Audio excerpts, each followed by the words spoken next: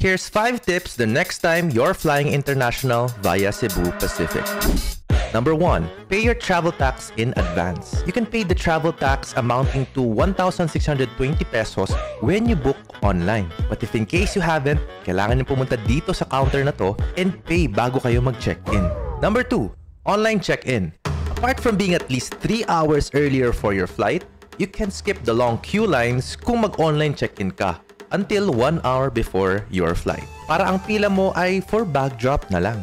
Number 3. Baggage allowance. Make sure that you only have a hand carry weighing 7 kilograms and within the dimensions shown. Usually, they allow a separate bag for your laptop or personal belongings.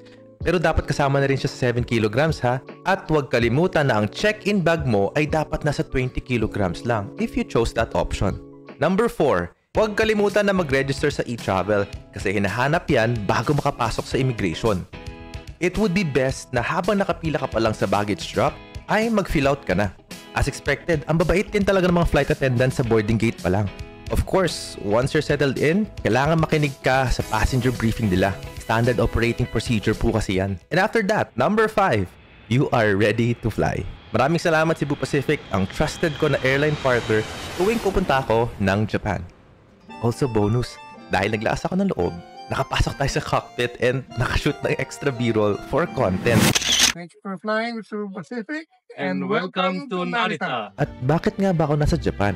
Ikukwento ko sa part 2 of this video and I'll be sharing as well my in-flight experience with Cebu Pacific. Bye! Thank you! Thank you for flying with us. Yun lang, bye!